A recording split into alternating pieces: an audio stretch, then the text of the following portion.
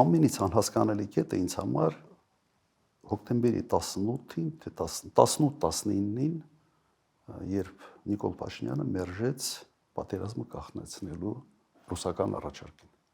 Ադրբեջանը համաձայն էր եւ Նիկոլ Փաշինյանը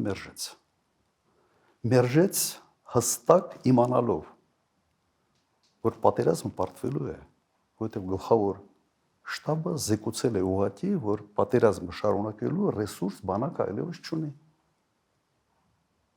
Կար այդ զեկույց եւ դա հանրային հայտնի փաստ է։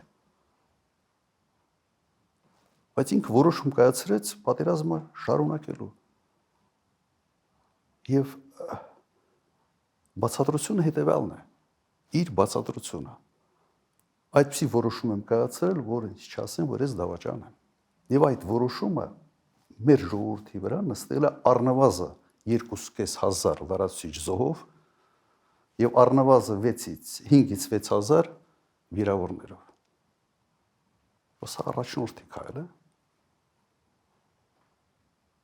Առաջնորդին հիմնական գործը որոշում կայացնելն է։ Եթե դու կայացնում ես